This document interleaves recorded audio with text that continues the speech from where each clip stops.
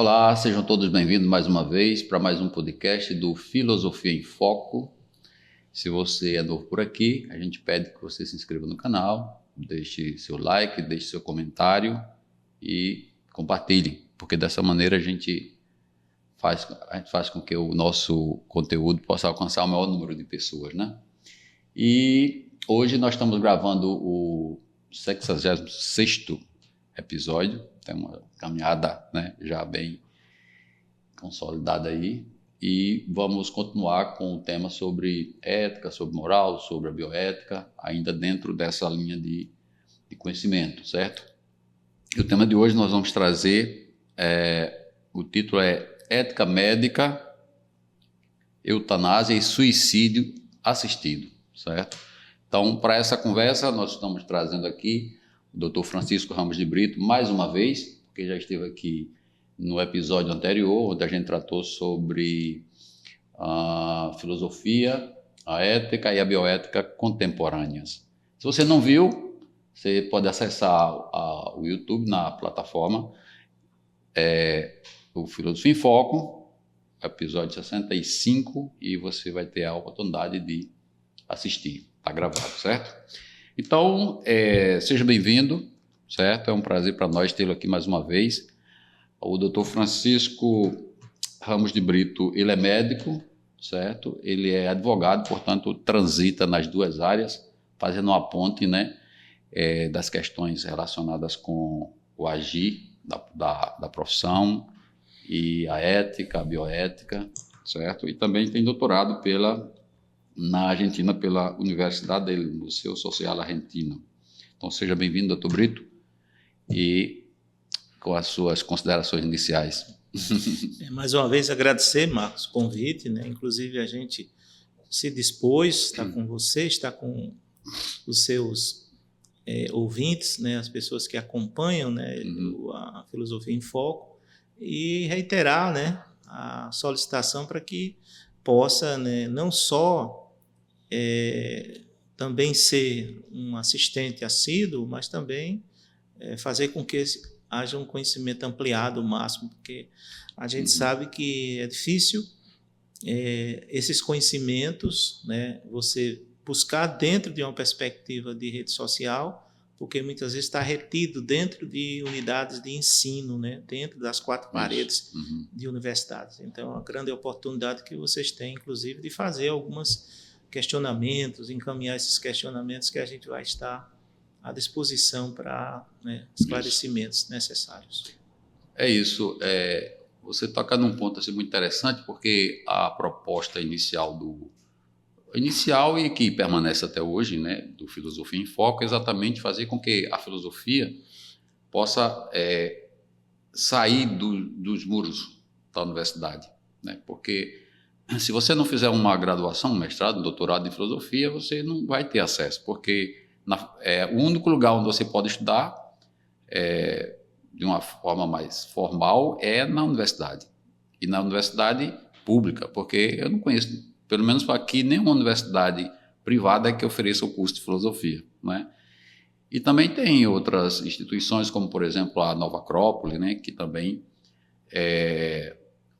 ensina filosofia, mas não é uma filosofia no amplo mais universal. Tem alguns temas que eles dão prioridade para ensinar lá, certo? Então, nosso propósito é fazer com que a filosofia saia da universidade, né, para atingir aquelas pessoas, chegar até aquelas pessoas que são do senso comum, né, e a gente tenta usar uma linguagem que seja mais palatável, que seja mais acessível, para que essas pessoas possam, de repente, se interessar pela filosofia, que tem muito a ver com o nosso dia a dia. Um dia desses aí, aconteceu um fato interessante, que uma senhora disse: você respira filosofia o dia todo.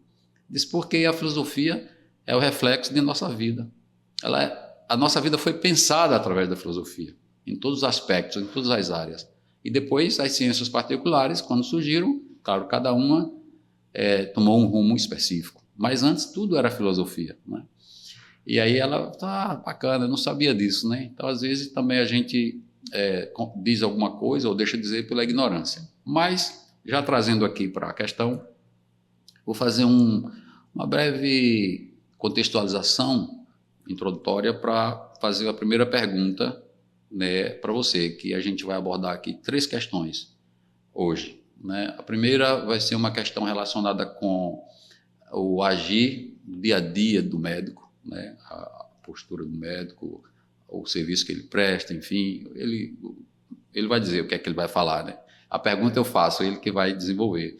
A outra vai ser uma questão para a gente definir aqui o que é a eutanásia, certo? E a outra para a gente definir o que é o suicídio assistido e fazer uma comparação entre elas, né? Então, dentro de um aspecto ético, bioético, né? Então, essa vai ser nosso propósito hoje.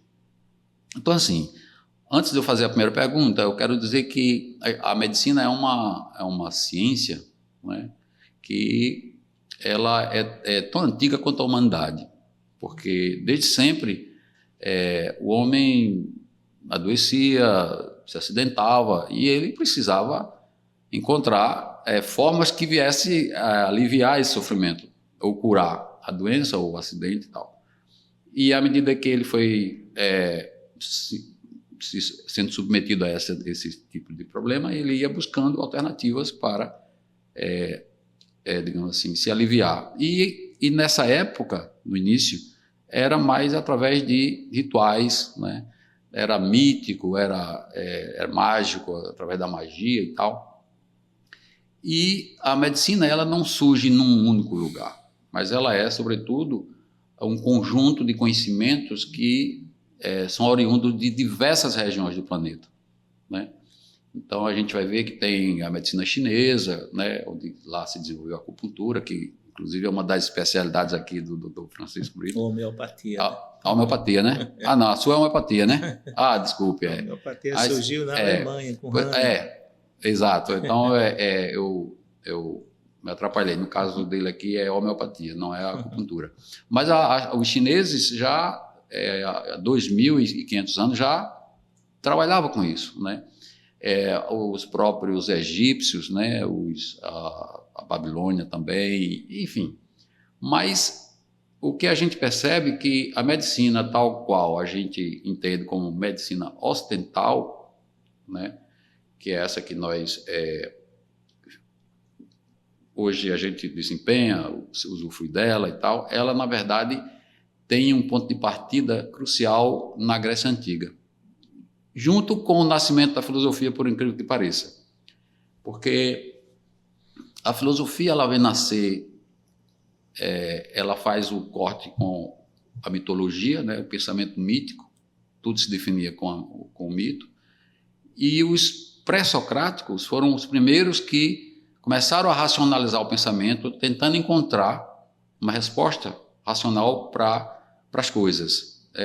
A pergunta que se fazia era: qual é o princípio formador de todas as coisas?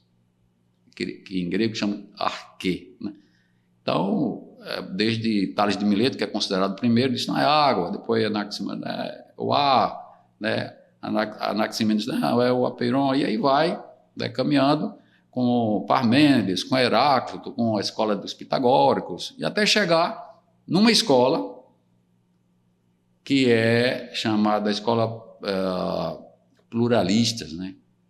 E tem Anaxágoras, e tem 2 especiais lá, que é o Leucípio e o Demócrito, que eles definem que esse arquê é o átomo, né? Ou seja, o átomo é essa coisa que é formadora de todas as outras, né? É a unidade mínima que constitui toda a matéria. E é um conceito aceito até hoje. Mas eu estou contando essa pequena historieta para dizer que o Demócrito teve um aluno muito nobre, e o nome desse aluno foi Hipócrates, certo? Que é considerado o pai da medicina. Porque ele, na época, já conseguia entender que, enquanto a filosofia tentava encontrar princípios universais e únicos, né, um princípio que fosse definir a constituição de todas as coisas, né, até que chegou no ápice, ele dizia: não, as doenças, ele encontrou a possibilidade de que as doenças tivessem múltiplas causas. Então, isso foi um diferencial que ele começou, né, saindo da filosofia, e por isso, e por outras questões, ele é considerado o pai da medicina. Não vou entrar muito na questão, porque senão eu vou roubar o seu tempo, né? E, inclusive, até isso é um respeito tão grande que tem por ele, que ainda hoje os formandos, os graduados, eles cumprem um juramento, né? Chamado juramento de Hipócrates, não é isso? Tal, que é mais ou menos um princípio ético de como o médico que acabou de se formar deveria se conduzir em sua profissão, não é? Bom, só que na modernidade, a medicina ganha um corpo com toda a ciência, né? E depois ela vai ainda se aprimorando com a tecnologia. Então, a ciência e a tecnologia dão à medicina isso que a gente tem hoje, né? Então, você vê que é uma história que começa com a magia, né, com o misticismo, mas que hoje a gente tem uma medicina muito sofisticada, né? Então, a pergunta que eu quero fazer é o seguinte: dentro dessa perspectiva de que a medicina avançou tanto e a gente tem esse conhecimento à nossa disposição, que às vezes nem sempre estamos preparados para ele ainda, né? Dependendo da área, como é que você faz uma análise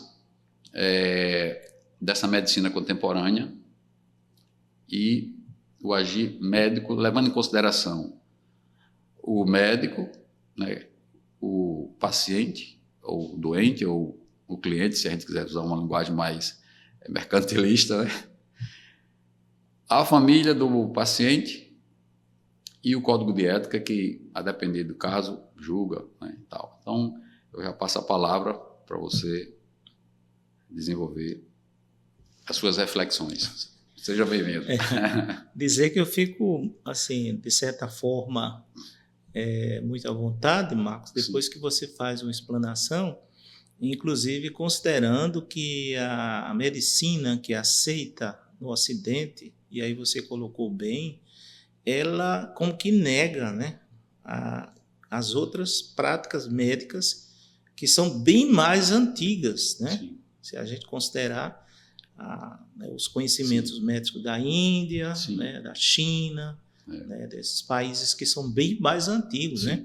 Enquanto nosso país aqui tem um pouco mais de 500 anos de invasão e reconhecimento como país, a China já tem mais de 5.000 anos, né? Que tem práticas que são ditas milenares. A gente não pode falar de uma medicina que é praticada no Brasil, né, que ela não chega a ser secular, né? Sim. Ela precisaria ter mais do que séculos para poder dizer, bom, ela é uma prática médica secular. Mas tem uma formação, né? Essa formação ela vem exatamente com a família real, né? Sim. Quando chega aqui, a família real fugindo, né, das guerras na Europa, né? E aí o país, né, trouxe para cá, né, que era uma espécie de colônia, né, podemos dizer, da matriz, né, o regente Máximo veio para cá, trazendo com ele, né, o que seriam os médicos, né, que vinham já da Europa, que eram formados já lá em Portugal, né? E a formação médica que se dá nesses anos aí, ela vem sendo moldada, sabe, Marcos? Na realidade é uma moldagem. Sim. Então, se eu pensar, bom, minha época, a gente sempre fala, minha época, né? Como se a gente não fosse contemporâneo, Sim. como se eu não vivesse o momento atual e eu tivesse que ir lá, né? Isso. No início de tudo, né? Então, quando a gente vai nesse começo em que eu, estudante, né, à época, eu penso naquelas pessoas que falavam de deontologia. Sim, né? Deontologia. A deontologia médica, que é uma área que tem a ver com aquilo que é responsabilidade, aquilo que é dever. Então, não se falava em código de ética, né? Se falava em deontologia médica, que mais adiante se codifica para você ter aquilo que seria o norte da formação e prática do médico. Então, se o médico quer ter uma prática condizente com a sua formação, ele deve seguir de forma adstrita o que é chamado de código de ética médica, né? As profissões todas elas têm um código de ética. Exatamente. E a medicina não foge a isso. Então, para você, veja bem, considerar a formação, a minha formação, né? Eu estou fazendo agora 40 anos, no dia 25 de julho, né? Estamos fazendo 40 anos. Então, foi, né, finais da década de 70, início da década de 80 e vai até 85, quando eu formei, né? Então, nós tínhamos aí como professor, né, que graças a Deus está vivo, o professor Genival Veloso de França, que deu nossos primeiros passos sobre essa questão de trazer a discussão ética. E o professor Alírio Batista, né, que já partiu, o professor Alírio, que era o professor de História da Medicina. Então, para a gente entender a medicina que nós praticamos no Ocidente e no Brasil, a gente precisa buscar a história da medicina que você coloca aí e traz a ideia de que existe um pai dessa medicina ocidental. É lógico que chineses, indianos, então não vai considerar como sendo o pai da medicina um médico grego, né? Um médico que, né? Existe um monte, o Esculápio era um médico, né? Que também aparece com um diferencial, né? Você tem esses médicos que tinham práticas que, como você colocou bem, que mesclava conhecimentos à época, que a gente pode chamar de científicos, né? E também os conhecimentos filosóficos. Não sei se você sabe, Marcos, mas se você olhar, alguns médicos ainda hoje fazem um sinalzinho que parece um R cortado, né? Um Rzinho cortado em duas, como se fosse, né, em dois momentos, né? Cortado. Um R, você faz aquele Rzinho cortado. E muitos dos colegas médicos colocam aquilo ali, mas não sabem o que significa. Você sabia que aquele ali é o resquício de uma oração? Não sabia, não. Então, o que é que acontecia na prática médica, na época, inclusive, desses, vamos dizer, dos primórdios da prática médica ocidental? É que o médico fazia uma oração aos deuses.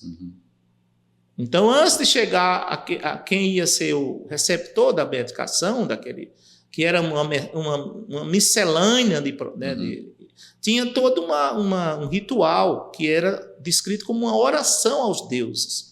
E o resquíciozinho dessa oração ficou somente um Rzinho que as pessoas fazem, né, e não sabem que aquilo ali tem a ver com essa prática ritualística que era. Porque era um verdadeiro ritual. O médico fazia uma prescrição que era uma verdadeira lambança mesmo, sabe? Era, sei lá, uma asa de morcego misturado com... Tá entendendo?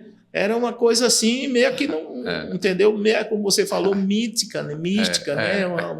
Um verdadeiro... Caldeirão, né, de bruxaria. Caldeirão de bruxaria que se esperava que os deuses dessem o aval e acontecesse. Exatamente. Então, você parte de uma medicina dessa e vai ter uma medicina em que vai formando as pessoas, né, aqueles médicas e médicos, dentro de uma concepção que ele tem que compreender o ethos, né, que é a ética. Entende? Aquilo que jaz, quer dizer, que é nascente, que está dentro do ser como algo imanente ao ser, que é o ethos. Tá? E vai ter esse ethos voltado para a prática que é social. E aí vai entrar a questão moral. Então, a formação médica ela tem uma parte muito forte do ethos, que é o caráter do indivíduo, e a parte moral, que é para a sociedade no qual o indivíduo é inserido. Então, quando você faz a leitura ocidental e diz que o pai é Hipócrates, e ele, como que aquilo é um compilado, né? A autoria daquele registro de informações que é chamado, né, o juramento hipocrático, há quem diga que meio que houve uma certa arranjo para aquilo ali. Mas ali está o norte da ética, né? Se eu entrar na tua casa, né, eu tenho que guardar o segredo, né, daquilo que eu vejo, né, e levar comigo para o túmulo.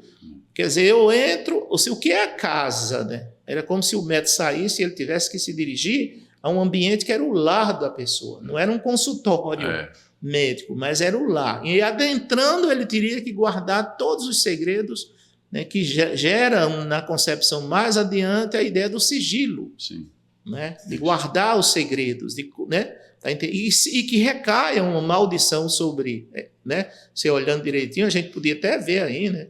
De repente, esse juramento, para você ver como é interessante, ele tem um aspecto ético, um aspecto moral, né? Ele guarda algo que infelizmente, muitas vezes você chega, né, e faz o juramento, e aí o que menos faz é cumprir o juramento que você... Como um casamento, o cara nem cumpre o casamento, né, em relação àquele ritual da igreja, e de repente ele quebra esse juramento. Então, o que acontece muito hoje, a gente sabe, eu diria hoje, mas também na época que eu iniciei, né, meus estudos aí, na década de 80, né, a gente teve essa formação. Entende? Então, pensar a ética numa formação médica é pensar o agir, né? Sim. O agir. Aí você coloca quem? Diante de mim, numa situação em que eu sou, né, aquela pessoa que vou prestar uma assistência a alguém, uma pessoa que você vai chamar de paciente, né? Veja que nome. Paciente é aquele que usa da paciência. Não é? Que usa da paciência. Mercadologicamente, você vai chamar de cliente, né? Eu sou o cliente, então eu tenho um cliente, né? Tá entendendo? E do ponto de vista, vamos dizer, um pouco mais forte, chamar doente, né?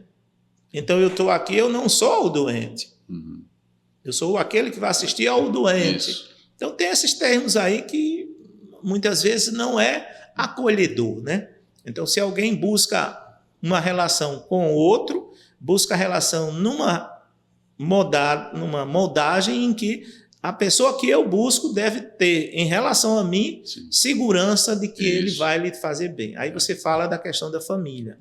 Então, veja bem, as pessoas, né, de um modo geral, têm aquilo que é o núcleo familiar, o núcleo de apoio. Então, quando você vai assistir alguém que vem acompanhado por um parente próximo, o pai, a mãe, o irmão, o tio, alguém que é de sua parentela ou não, um acompanhante que está adiante, então, guarda também o próprio sigilo, né? Aquilo que foi, né, falado, considerado naquela relação médico-paciente deve ser de extrema de cuidado, né? Hoje as coisas vão um pouquinho além, porque além de ter essa relação médico-paciente familiar, tem também a relação exterior, a mídia, muitas vezes. E a mídia fora, ela faz aquilo que é espetacular, né? Aquilo que chama atenção para quê?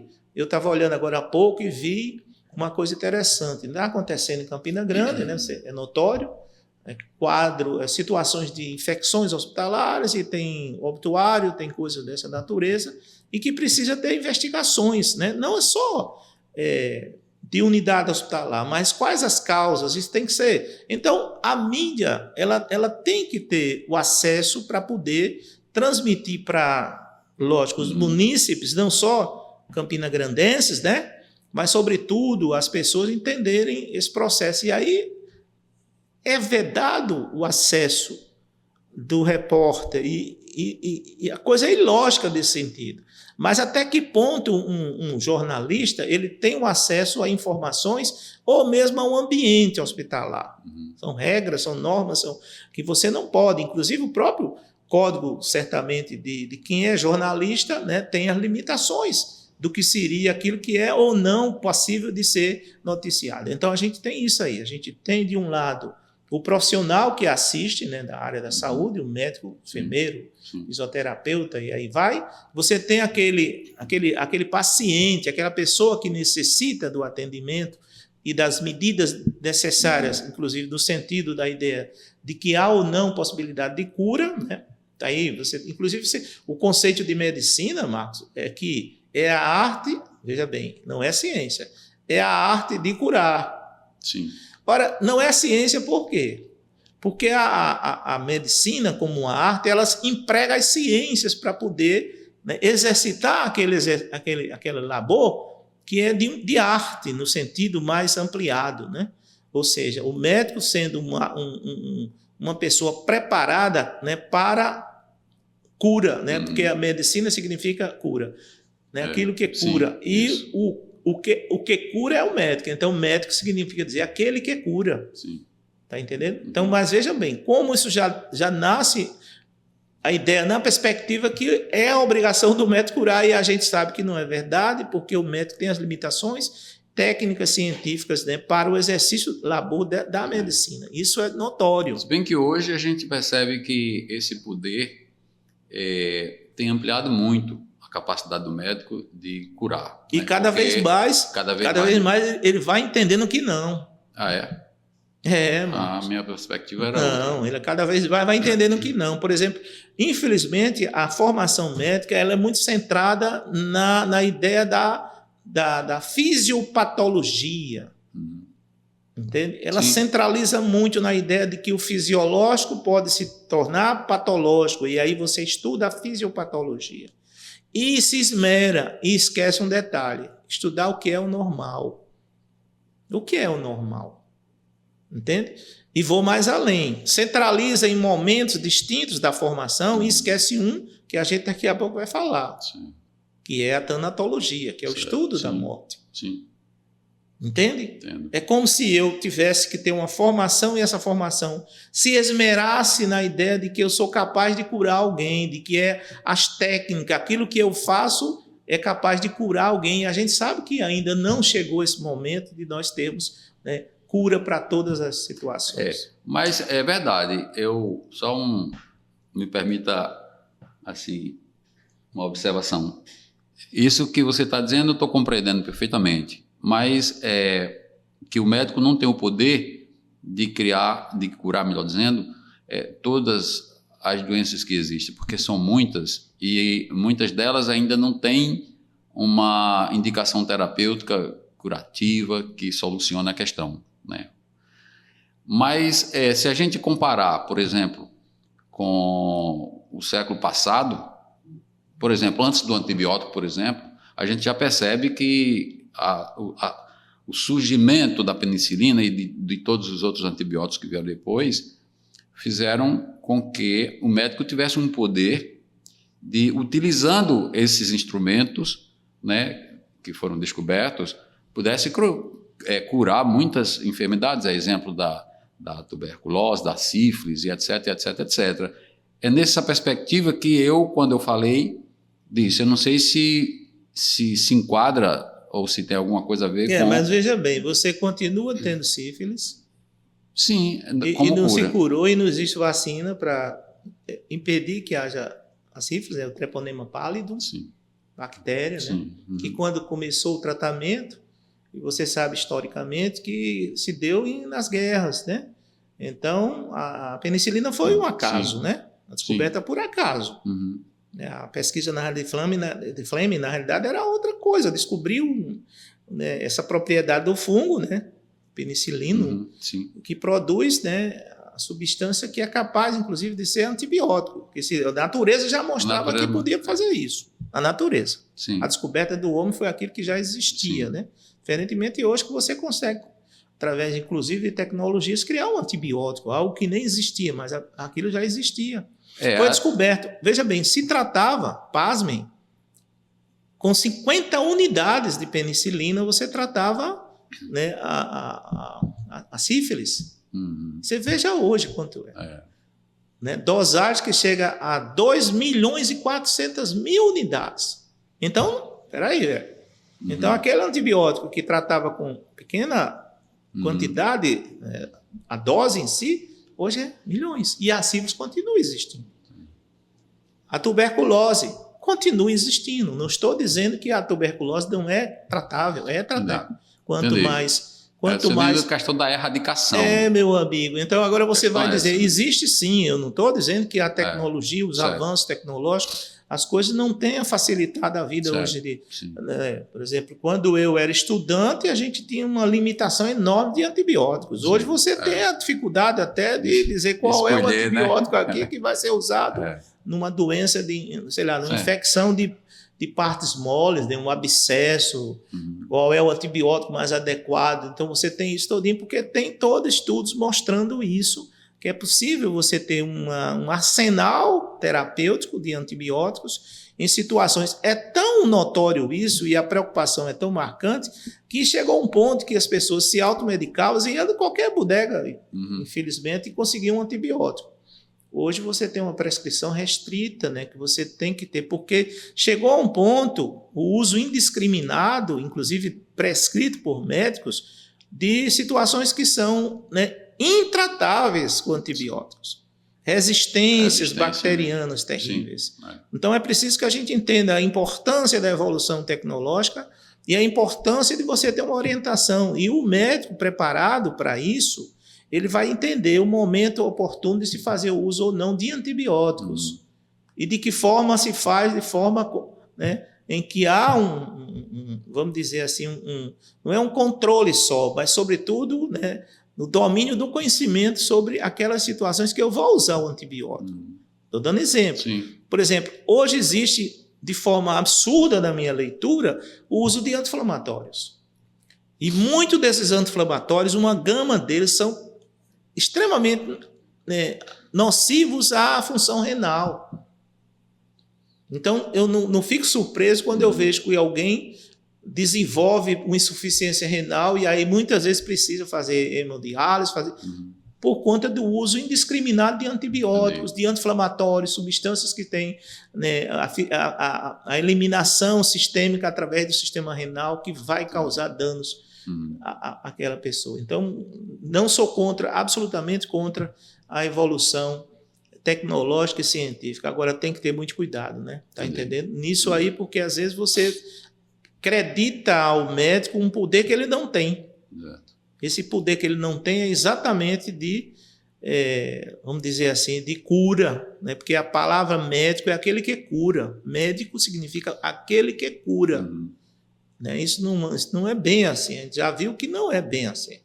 Ele pode, inclusive, de forma correta, extremamente delicada, chegar aos resultados, às vezes até inesperados, né?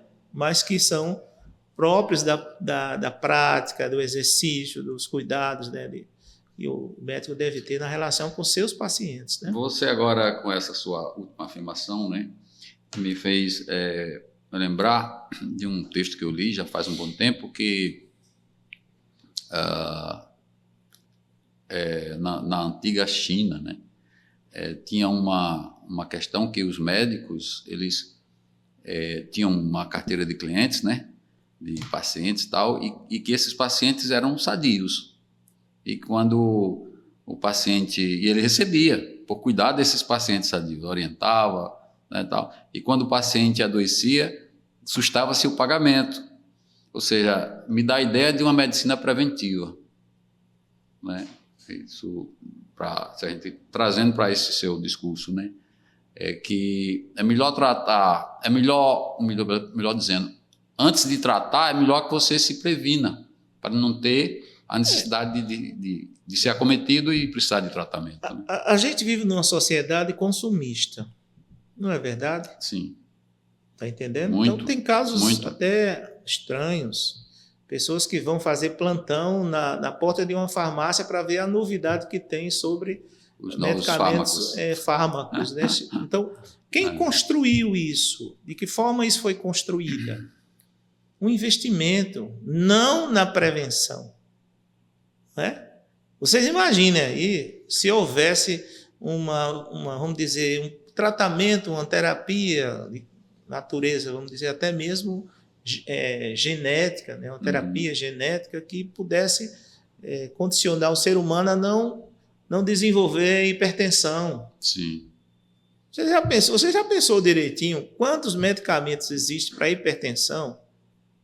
E que muitas vezes a hipertensão, aquela chamada essencial, você tem controle, inclusive dietoterápico, com a própria dieta que faz com que haja, não necessariamente, a necessidade de se medicar para se fazer controle pressórico. Não é? Então, quem é que investe? Ora, a prevenção, inclusive a gente vê isso na formação médica, né? A formação médica existe, né, uma área do conhecimento que eu até fiz a residência em medicina preventiva e social. Veja só, uma prática médica que eu fiz, que era chamada medicina preventiva e social, que hoje a gente pode chamar medicina de saúde da família e comunidade. Isso. Né? Seria um embrião que eu fiz, era um embrião.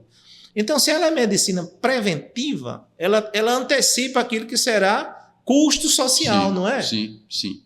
Não é assim? Então, quando você fala essa história da China, eu não diria que está tratando, mas na realidade está conduzindo aquelas pessoas para evitar, orientando para que as pessoas faça exercício, tome banho de sol, toma água, se alimente bem, etc, né? Nessa linha. Que hoje tem um resgatezinho disso aí, né? Já tem uma formação médica, né? Que é mais ou menos baseada em 4 pilares que faz com que haja uma prevenção. Então, antecipa a ideia de que alguém possa adoecer. Exato. Não é? Um exemplo, quando você está vendo os surtos por aí de vírus que dão hoje, né? Aí um surto enorme, gripe e tudo mais. Então, como é que se faz para que as pessoas evitem, né, ser acometido pelo vírus, que são mais de 60 sorotipos de vírus da gripe?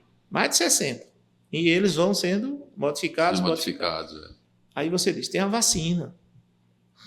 Porque a vacina antecipa a pessoa a ter a doença. Então, as vacinas, né, que foram tão questionadas aí, estranhamente pelos negacionistas, na realidade ela previne, não é? Não fora ela, meu amigo, eu sou da época, Marcos, você também, que a gente fazia a vacina antivaríola. Era, sim.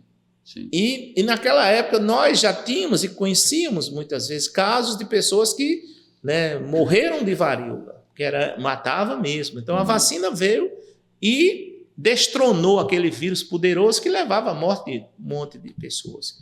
Então existe a ideia da prevenção. Só para você ter uma ideia. Na assistência básica de saúde, 60% ou mais daquelas possibilidades de doenças que são da comunidade são ali mesmo sanadas. Ou seja, 40% ou menos é que vai evoluir para outras possibilidades de doenças que precisam dos especialistas mesmo, pessoas que têm especialidades das áreas. Mas a maioria pode ser ali na porta de entrada do sistema já freando, porque é preventivo, né? O médico que está lá de saúde da família, ele tem um conhecimento básico e avançado mesmo nessa área, que é a área da atenção básica, atenção primária, que chega às pessoas evitando que elas adoeçam, né? Então, eu me lembro de uma situação, Marco, interessante, que eu, logo no início dos programas, é chamada PSF, que era um programa de saúde da família, hoje é uma estratégia de saúde da família. Estratégia não é mais um programa, é uma estratégia, algo muito mais complexo. Então, o que acontece? Em que eu atendia um senhor e ele tinha uma hipertensão que a gente até chamava aquela hipertensão maligna. Você veja que a mínima, a pressão arterial dele mínima, tá entendendo? Era mais alta do que uma máxima, passava de 120 milímetros. Era 220 por 120. Quer dizer, a mínima dele, a pressão pré-load, que é a pressão de retorno para o coração, era um negócio estourando tudo. E eu fiz uma pergunta básica para ele. Me diga uma coisa, a sua alimentação, como é que o senhor pode me falar sobre ela? Posso, doutor? Eu digo, e o que é que você consome basicamente assim? Aí ele foi falando, sabe?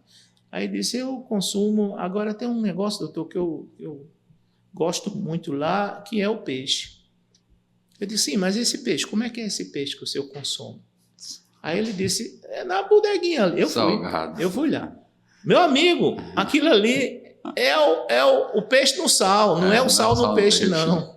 Você está entendendo? Aí eu fiz uma proposta a ele. Eu disse, vamos fazer o seguinte, porque não adiantava você estar tomando a medicação que usual que a gente tem na unidade de saúde da família, você tinha e tem, né, a medicação básica para acompanhar os hipertensos e tal, tudo mais, né? Aí eu digo, vamos fazer o seguinte, o senhor vai deixar de consumir esse peixinho, só isso, para a gente verificar como é que vai se comportar a sua pressão arterial. Meu amigo, simplesmente controlou. Então, eu não estou falando que toda pessoa que tem pressão arterial alta tem a ver com a relação com sal, mas obviamente, quem consome sal, piora, né? Não só, mas também. Eu vou dar um exemplo da minha avó. A minha avó, de origem peruana, no Peru não se usava, e ela não usava cabite, né? Para fazer o peixezinho lá, usava o quê? Botava o limãozinho lá e não usava sal. Mas quando ela veio para o Brasil, ela passou a consumir muito sal. A minha avó teve 3 AVCs. Puxa. Eu creio que a época poderia ser evitada se não tivesse essa relação com o sal. Olha, você quer ver 2 venenos que a gente consome? É o sal e o açúcar. Sim. Você está entendendo? Então, quando você fala em prevenção, que aí aparece essa ideia de que é possível o médico, ele não precisa de uma consulta médica às pessoas porque está doente. Ele pode fazer a consulta para não adoecer. Eis o grande diferencial da formação. Entendi. Você está preparado para que as pessoas não adoeçam, porque adoecendo vem um custo, Marcos. Sim. Você já pensou no custo que é uma pessoa doente? E naquele que não seria, que não há necessidade de tomar tantos medicamentos? Então, a formação médica ela teria que ter esse caráter, né? Um caráter generalista de formação em que ela seja eminentemente preventiva. Ela não deve formar inicialmente os especialistas. Agora, dizer que não há necessidade de especialistas, isso não é verdade. Existe sim as necessidades de ter especialistas, pessoas que trabalham numa área que vai, né, já dar suporte, assistência para essas pessoas que chegam a esses níveis aí. O cara desenvolve uma cardiopatia lá, grau 3, 4, 5 mesmo, que já está em uma situação até de fazer um transplante cardíaco. Aí você tem os grandes especialistas, pessoas que trabalham nessa área de forma excelente, brilhantemente, né? Mas aí foge a ideia da assistência básica, né? Muito bom seus esclarecimentos, suas reflexões aqui. Eu queria dar continuidade fazendo uma pergunta, agora mudando um pouco o foco aqui, sobre o que é a eutanásia, certo? A gente sabe que etimologicamente vem do grego, né? Thanatos, né? Quer dizer, eu bem, thanatos, morte, portanto, a boa morte, ou uma morte sem dor, né? Mas assim, o que é isso? O que é realmente a eutanásia na perspectiva bioética? Então, eu queria que você explicasse um pouco. Marcos, veja bem, é preciso que a gente entenda as formas de morte. Entende? Sim. O processo natural de morte, a natureza traz isso em tudo que é vida. Sim. Você pode pegar até um baobá, uma árvore daquela, ela vai ter uma existência de mais de 1000 anos. Mas ela tem o seu limite. Então, o ser humano tem. Há quem, do ponto de vista científico, diga que o ser humano ele tem uma carga genética para viver 120 anos. Ou seja, ele é programado para viver 120 anos. Pode ser que alguém viva mais ou menos. Aí é situações, né? Agora, veja bem, quais são as formas de morte que nós encontramos na sociedade atual? Para chegar na ideia da eutanásia. Nós temos 4 tipos de mortes que são debatidos dentro da perspectiva bioética. Certo. Vou começar por ela, que é aquela que a gente vai encontrar mais usualmente, que é a ortotanásia. É todas aquelas possibilidades que as ciências dão para que uma pessoa se mantenha viva. Certo. Prolonga. Você vai encontrar nas UTIs, tem pessoas que prolongam a vida. A morte está prolongando. A ortotanásia. Certo. Você está entendendo? A outra forma que aparece nas sociedades, infelizmente aparece, tá certo? Só um detalhe. Então, nestes casos, por exemplo, no caso da ortotanásia, ela é uma prática habitual que não é criminalizada. Que você não é criminalizada. Abrevia. Não, ela prolonga. Prolonga. Você vai colocando equipamentos, você vai usando e a pessoa prolonga a vida. Certo. A ortotanásia é um prolongamento da morte. Beleza. Sob formas as mais distintas, que seria através das tecnologias, dos conhecimentos, medicamentos. Você vai encontrar um monte de pessoas que já estão num processo porque o processo de morte, Marcos, ele é um processo que vai acontecer. Sim. Claro. Naturalmente. Eu estou falando naturalmente, porque as mortes tem várias, tem as mortes violentas, tem as mortes acidentais, tem pessoas que morrem por uma intoxicação, outros morrem por uma picada de um inseto, né? Morre, porque aquilo acelera o processo, começa a levar os órgãos à falência e a morte acontece. Entendeu? Certo. Por exemplo, você tem um choque anafilático, ou seja, uma reação orgânica imediata a uma substância que faz com que haja um edema de glote, obstrui o sistema respiratório, ela vai morrer, porque não entra oxigênio, ela vai morrer. Sim. Se não for feito de forma, né, extremamente emergencial mesmo, né, que está levando à morte, você vai fazer uma traqueostomia, colocar, entubar a paciente, aí senão vai morrer, ou fazer substâncias que evite que o edema desapareça e tenha condições de viabilidade mecânica da respiração. Então, a morte tem várias as formas de morte, mas eu estou falando do ponto de vista social, para a gente chegar na ideia do que seria a eutanásia. Você está entendendo? Sim. Então, uma delas é a ortotanásia. A outra forma que acontece, inclusive nas sociedades mais variadas, que é a mistanásia, que é a morte miserável. É a morte que a pessoa poderia não tê-la se tivesse a assistência necessária. Aí a gente vai olhar o nosso tempo. Você vai encontrar um monte de pessoas nesse momento, num frio tremendo, morrendo ao relento lá, totalmente desamparado, poderia, né, ter assistência, mas está lá morrendo. Morrendo, né, de forma miserável. Não é? Essa é a mistanásia. Uma morte, né? E tem a distanásia, que é aquela morte em que a palavra diz, né, aquilo que é distorcido, é aquela morte em que deveria ter também assistência, mas não há assistência dela. A morte é decorrente da falta da assistência, da maneira como as coisas acontecem. E aí você vai encontrar uma fila, alguém lá que está infartando, numa fila para ser atendido, e aí, meu amigo, morreu ali a pessoa porque houve, né, a inexistência da assistência que levou à morte da pessoa. Um certo tipo de negligência. Entendeu? Que isso, né, leva a isso, né, a esse fator. E está lá, você vai encontrar em montão. Né? Aí vem a quarta forma, que é a eutanásia, né, que é chamada morte suave, a morte abreviada, indolor, as formas pelas quais se antecipa a morte. Então, se prolonga, você suaviza, se abrevia o termo mais adequado, do ponto de vista temporal, abrevia. E aí, algumas sociedades já adotam, algumas, né? Inclusive na América do Sul, existe a eutanásia na Colômbia. Sim, na Colômbia. Entendeu? Na Espanha também, me parece. Mas aí na Europa, né? Eu estou falando aqui próximo da gente, já tem países que têm a eutanásia, né? A eutanásia seria uma morte suave, indolor, que a gente faz muito isso hoje, inclusive, de forma até como que habitual com animais, não é? Então, um animal num sofrimento imenso, aí se faz a eutanásia dele. Vai lá, se coloca, né, o animal para poder. O ser humano teria essa possibilidade, né, como um direito, talvez, importante discutir, de não querer mais manter-se num sofrimento ad eterno sem ter um retorno, uma condição que possa deixá-lo dentro de uma sociedade também, né, como um partícipe da sociedade. Então, tem várias patologias que elas são inexoráveis, elas têm um curso, né, que vai gradativamente levar à morte.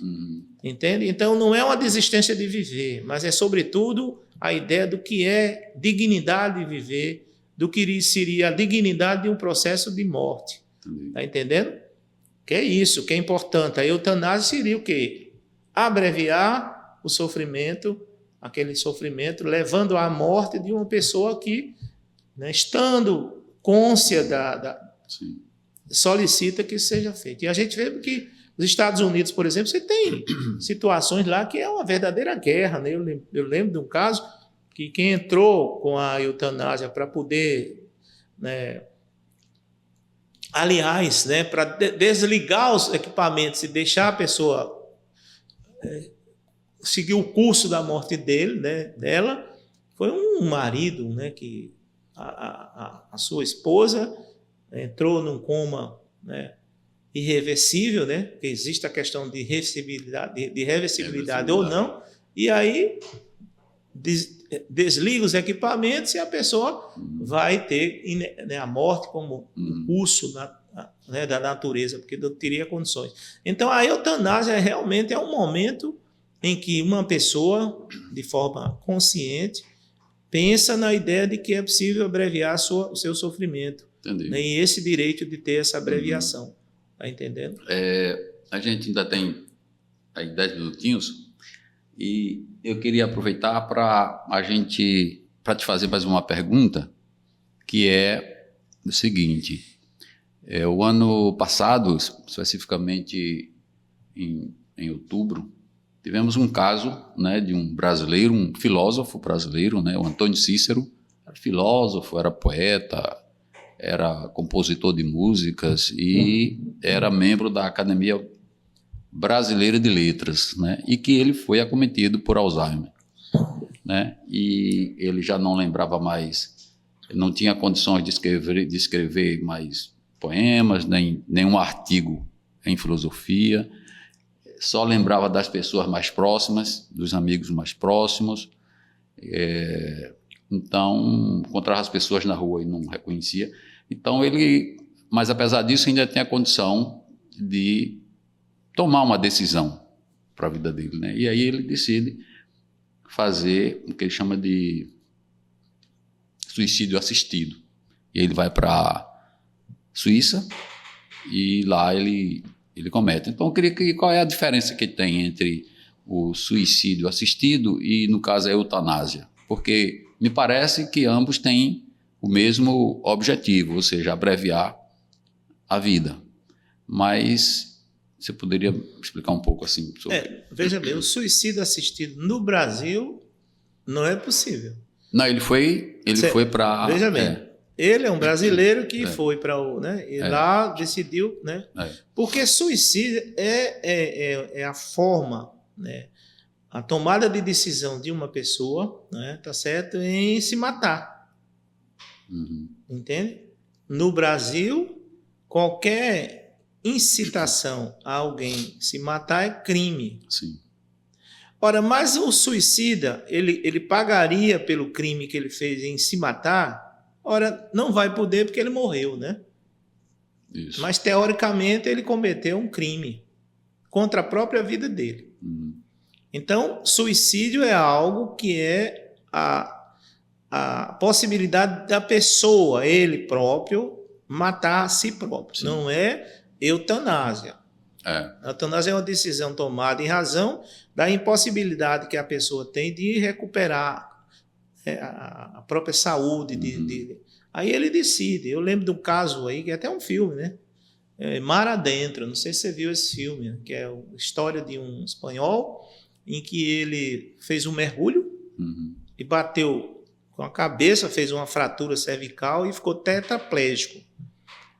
E ele ficou, veja bem, ele tinha 23 anos, com 46 anos, depois 23 anos do acidente, ele recorreu à Corte Suprema Espanhola para que pudesse permitir que ele, né, cometesse, né, um suicídio, né? Exato. Um suicídio. Agora sim, mas veja bem, como é complexo, né? Que mescla a ideia de que você está querendo a eutanásia, mas você quer um suicídio.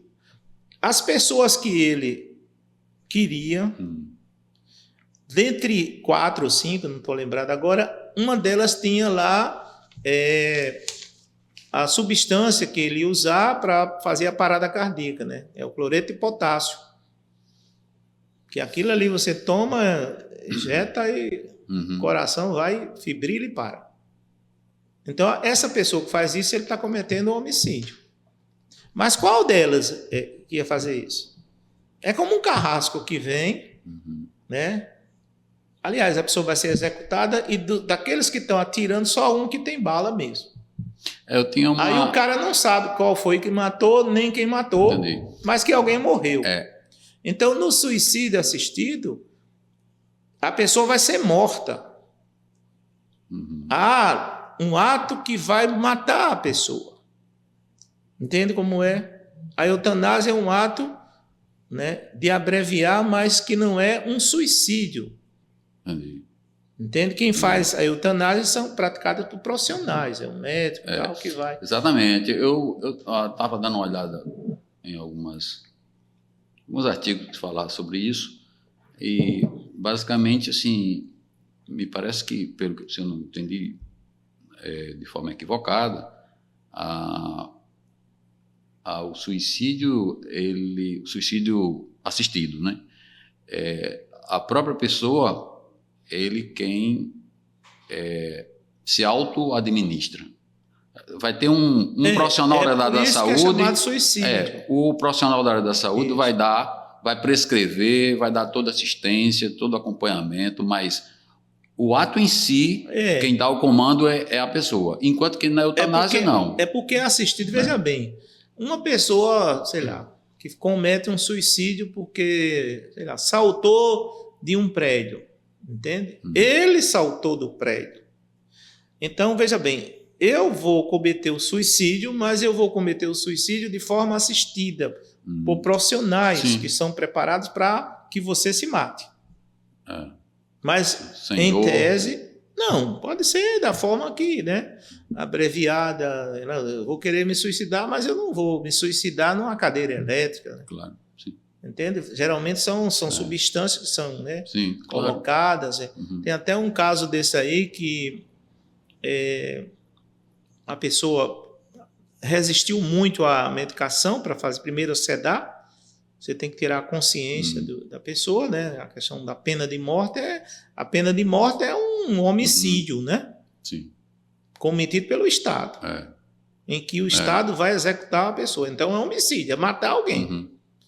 E a forma de se matar alguém, aí tem as variadas, claro. Dose letal, tomar substâncias, né? Ou mesmo a forca, o fuzilamento, tem as várias formas que o Estado estabelece como vai matar uma pessoa que passa a ser inimigo interno do Estado e o Estado vai eliminar aquela pessoa. Né? Então, existe a pena de morte nesse sentido. Vai matar porque aquela pessoa... Então, aquilo é homicídio. Né? Matar alguém é homicídio. Então, o suicídio é um homicídio praticado pela pessoa contra ela própria. Entendi perfeitamente. A diferença é que assistida é porque vai ter uma equipe que vai estar dando suporte para isso, né? Para que até confirme, né? Chega lá e dizer, não, a pessoa está em óbito. Precisa de médico, né? Para chegar e dizer, olhar e dizer, olha, aqui está em óbito mesmo. A gente percebe que quando a gente vai para a questão ética, da bioética, questões do agir, né? Isso é uma coisa muito controversa, né? Muito discutida, né? Mesmo pelos países, claro, nós aqui não temos isso, não aceitamos, a nossa lei não permite, mas há países, e são muitos, né, no mundo todo que se pratica, mas há uma discussão por trás disso muito forte, né, sobre essa questão, sobre a autonomia de você decidir ou não decidir sobre a própria vida, né? E também, já para ir finalizando aqui, por conta do tempo, Cronos mais uma vez está dando sinal para nós. A própria igreja, né, a gente percebe que ela tem um discurso também muito contra isso e eu entendo que deva ser assim, né? Porque ela parte do princípio de que a vida foi concedida, né, por Deus e que só ele... a religião. A igreja católica. Né? Do cristianismo como um todo, né? Sim. Então, a minha referência sempre é o Ocidente, porque é onde a gente vive. Mas, muito embora a gente pegue exemplo lá de fora, não estou dizendo que tudo que tem aqui é perfeito, mas é que o mundo que a gente vive, seja ele bom ou ruim, foi pensado pela filosofia. E a filosofia, quando eu trago aqui, essa filosofia que tem as coisas que, como eu disse, boas e as que não são boas e nem tão boas assim, mas foi tudo pensamento que veio fruto disso, né? Foi a educação grega, né, que educou todo o Ocidente. A gente costuma dizer que Homero e Hesíodo, os grandes poetas do mundo mítico, né, da mitologia, educaram os gregos, e os gregos educaram o Ocidente. Isso é um fato, não é o que a gente contestar. mas a gente também precisa olhar para fora, né, no entorno, e perceber, fazer comparações e aprender com o de fora, né? Mas queria aqui agradecer mais uma vez sua presença.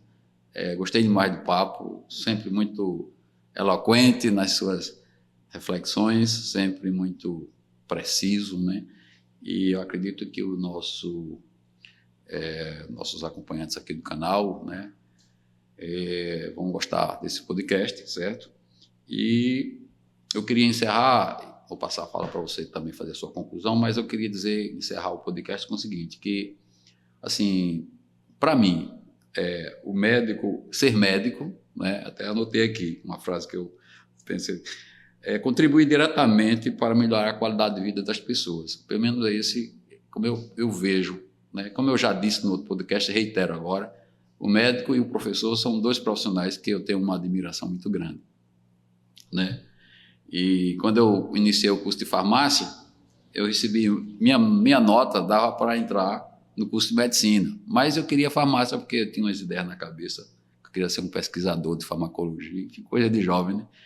E aí depois várias pessoas falaram, vá para medicina, e vários colegas meus foram, né, mudar de curso, porque tinha um coeficiente de rendimento escolar bom. Mas aí eu não quis, né?